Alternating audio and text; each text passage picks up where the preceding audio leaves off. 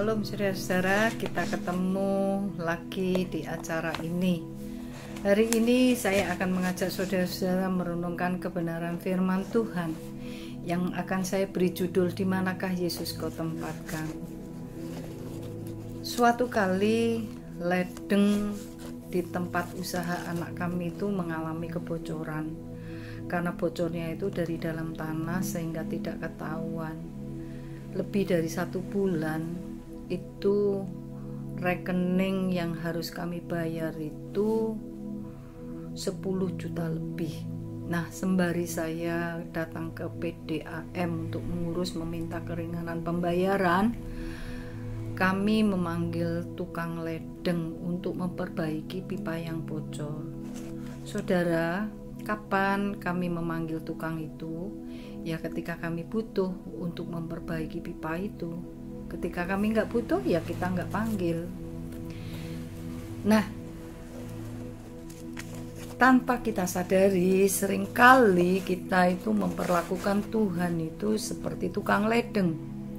Ketika kita punya masalah yang pelik, ketika persoalan hidup menekan kita nggak mampu untuk mengatasinya, lalu kita segera ingat kita mau panggil Yesus.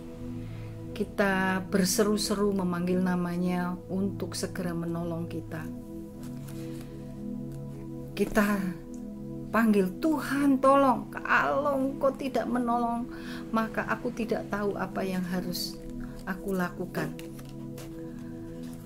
Nah, sama seperti di saat-saat ini, musim pandemik ini, ada banyak orang yang mengalami ketakutan, kecemasan, takut tertular corona, takut kena virus ini, sehingga mereka mulai mengingat ada satu nama, yaitu Yesus yang dapat dimintai tolong. Itu sebabnya mereka berseru-seru memanggil, Tuhan lindungi kami, Tuhan jagai kami, Tuhan sertai kami. Nah, sebetulnya itu nggak salah dan sah-sah saja ketika kita mengalami kesesakan dalam hidup kita, ketika kita ketakutan, lalu kita mulai mengingat Yesus, lalu kita panggil.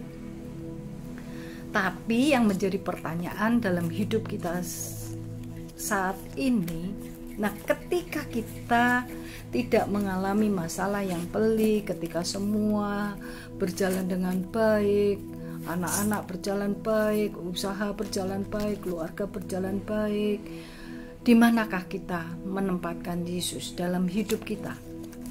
Saudara, Tuhan itu bukan hanya ingin dipanggil ketika kita butuh, ketika kita punya masalah yang kita sendiri tidak tahu jalan keluarnya, kita baru memanggil Dia. Tuhan itu ingin supaya kita selalu ada bersama-sama dengan Dia dan Dia bersama-sama kita. Dia ingin selalu menjalin hubungan yang baik, menjalin relasi dengan kita.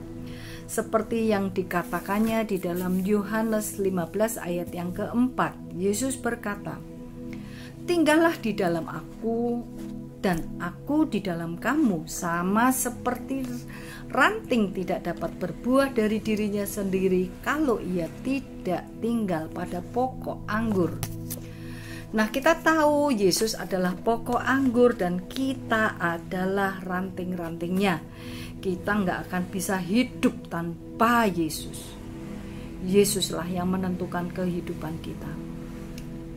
Nah, pada suatu hari dikisahkan bahwa Yesus sedang mengajak murid-muridnya bertolak ke seberang. Itu terdapat di dalam Markus 4 ayat yang ke-35 sampai 41. Saya akan bacakan untuk saudara. Ayat 35 dikatakan, pada hari itu waktu hari sudah petang, Yesus berkata kepada mereka, marilah kita bertolak ke seberang.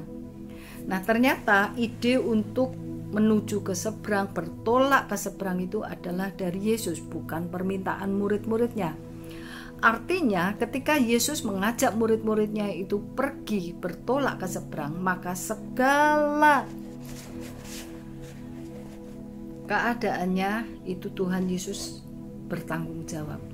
Dan memang benar saudara, perahu yang membawa Yesus dan murid-murid itu belum juga sampai di seberang, ternyata angin badai yang sangat dahsyat itu menerpa perahu tersebut. Akibatnya murid-murid itu menjadi takut. Nah, di manakah Yesus pada waktu itu? Ayat 38 berkata, pada waktu itu Yesus sedang tidur di buritan di sebuah tilam. Nah, ternyata Yesus sedang tidur di dalam perahu itu. Saudara-saudara, kalau kita mikir, Yesus ada di dalam perahu mereka, tapi Yesus tidur. Nah, itu ada dua kemungkinan yang terjadi. Kemungkinan yang pertama, karena memang Yesus lelah setelah seharian dia melayani banyak orang. Alkitab mengatakan waktu itu sudah petang hari, sehingga dengan kelelahannya Yesus cepat tidur. Tapi ada kemungkinan yang kedua. Kemungkinan yang kedua itu, walaupun Yesus ada di dalam perahu bersama murid-muridnya, tetapi di situ tidak ada interaksi, tidak ada, Yesus tidak diajak berbicara, Yesus didiamkan saja. Itu sebabnya Yesus tidur.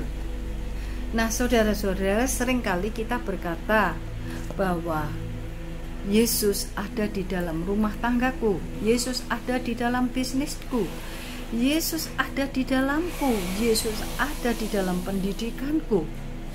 Tetapi bukankah seringkali kita juga sama seperti murid-murid ini? Yesus tidak diajak kita komunikasi, tidak ada lagi kita berdoa, menyembah Tuhan, membaca firman Tuhan. Nah, dulu saya itu menganggap kalau saya sudah doa pagi setiap hari, saya sore harinya sudah kelelahan, lalu saya tidur tanpa saya membaca firman Tuhan, tanpa saya merenungkan firman-Nya. Dan saat-saat lockdown seperti ini, justru Tuhan mengembalikan hubungan saya dengan Dia. Dikembalikan apa yang hilang, yang pernah saya lalaikan. Tuhan paksa saya untuk saya kembali menjalin hubungan yang intim dengan Dia. Saya tiap pagi berdoa bersama dengan suami. Sore hari sebelum saya tidur, saya datang untuk mendengar firman Tuhan, untuk membaca firman Tuhan, dan saya menyembah Dia. Saya mengisi hidup saya dengan kebenaran, saya berkata-kata dengan Dia, saya berinteraksi dengan Tuhan. Sampai saya merasa bahwa hidup saya diisi, menjalin hubungan kembali dengan Tuhan. Nah, saudara perlakukan Tuhan itu seperti apa? Seperti tukang ledengkah? Ketika kita butuh baru kita memanggil Dia? Atau seperti murid-murid Yesus? Yesus ada di dalam perahu, di dalam hidup kita, tetapi Yesus kita biarkan tertidur pulas di dalam kehidupan kita. Kalau kita memanggil tukang ledeng, setelah memperbaiki, maka kita harus membayar biaya tersebut. Beda dengan Yesus.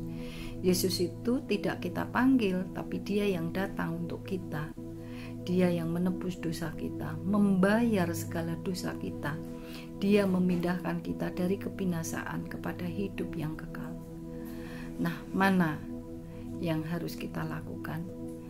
Kemanakah kita tempatkan Yesus? Sebagai tukang ledengkah? Atau kita membiarkan Yesus tertidur pulas di dalam hidup kita? Jawabannya ada di dalam hidup saudara sendiri-sendiri. Amin. Tuhan Yesus memberkati.